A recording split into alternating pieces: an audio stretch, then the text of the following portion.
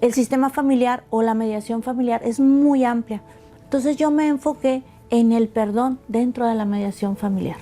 Es un tema nuevo, completamente nuevo dentro del sistema, porque normalmente veíamos que el sistema de divorcio, separación, la guardia y custodia de los niños, guardia y custodia de los adultos mayores, se da todo el proceso de mediación, pero veíamos que dentro del proceso de mediación había como algo suelto donde sí se solucionaba el conflicto, pero las relaciones familiares no se arreglaban.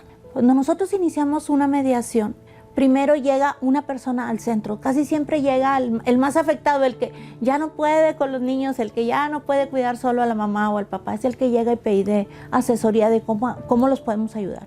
Entonces eso es el primer acercamiento. Después ya él nos platica cómo está el asunto y quiénes son los involucrados en el conflicto. Y en ese mismo orden de ideas, esta misma persona, la primera que llega, nos da los datos de cómo podemos contactar a los otros. Entonces nosotros enviamos una invitación. Y esto es bien importante mencionarlo, es una invitación a que se acerquen al centro para poder solucionar el conflicto. En ningún momento es una cita o es un citatorio como lo manejan en los juzgados. No, es una invitación. Entonces, cuando te dan una invitación, dice invitación y la palabra dice invitación, la persona decide o no asistir. Normalmente, como esta palabra es pues muy noble, por decirlo así, acceden. Entonces ya platicamos con la primera persona o la primera persona que se presenta en el centro.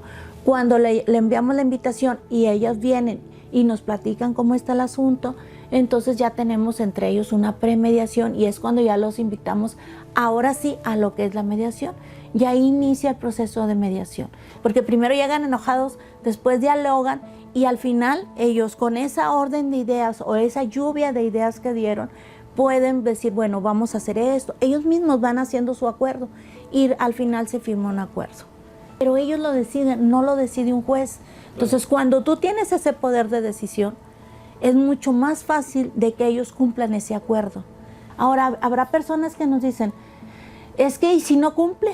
Ah, bueno, esto se eleva a caso juzgado o a cosa juzgada, se puede llevar a un juez y el juez no lo ratifica. Ya tenemos esa seriedad jurídica donde el juez dice, no, pues ya está sellado por un juez, no nada más por el mediador.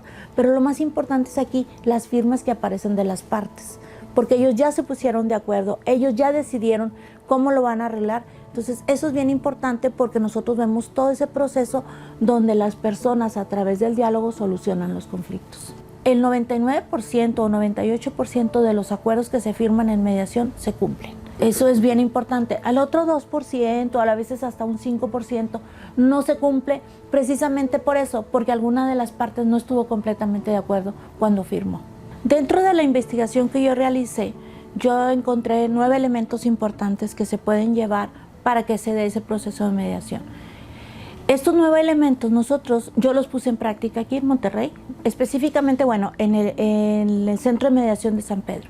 Y vimos que cuando nosotros estábamos en mediación e interveníamos como mediadores, sí se lograba el perdón, porque al final les decíamos, a ver, ¿qué les queda de esto?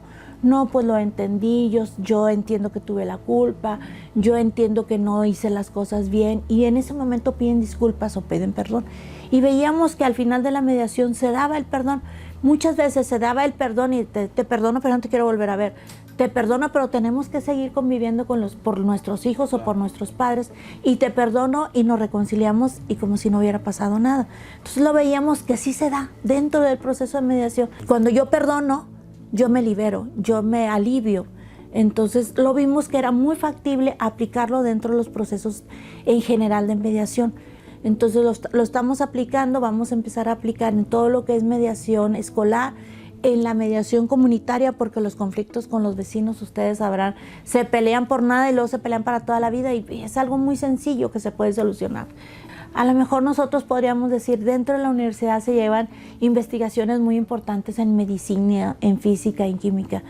Y los sentimientos de las personas, esas emociones y sentimientos también es bien importante conocerlas, porque si estamos bien nosotros, podemos estar bien con toda la sociedad, con toda nuestra familia. Nosotros vimos que dentro de este proceso del perdón hay un procedimiento que se llama justicia restaurativa. Entonces, cuando nosotros aplicamos la justicia restaurativa, porque nada más la justicia restaurativa estaba contemplada nada más solo en la mediación penal o dentro de los conflictos penales. Esa justicia restaurativa nosotros nos la trajimos a todos los ámbitos para poder platicar, porque muchas veces dices, ok, se lleva dentro de la mediación penal.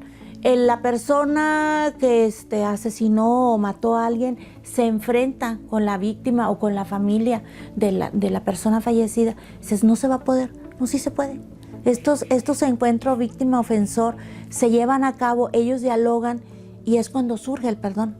Entonces, si vimos que en mediación penal, que es algo muy delicado, se da, pues también se puede ver en los conflictos familiares, también se puede dar en los conflictos escolares, en los conflictos de la comunidad, en los conflictos ejidales. Imagínate en estos conflictos de tierras y todo, que se pelean por, no sé, por 100 metros, por 1 hectárea, y se llevan y se pelean por toda la vida. Entonces, a ver, vamos a arreglar la situación de cómo está esta hectárea, cómo está dividida, y entre ellos dicen, pues sí, mira, nunca lo habíamos pensado así, nunca lo habíamos dialogado, y estos ejidatarios se piden perdón, se piden disculpas, y sí se da.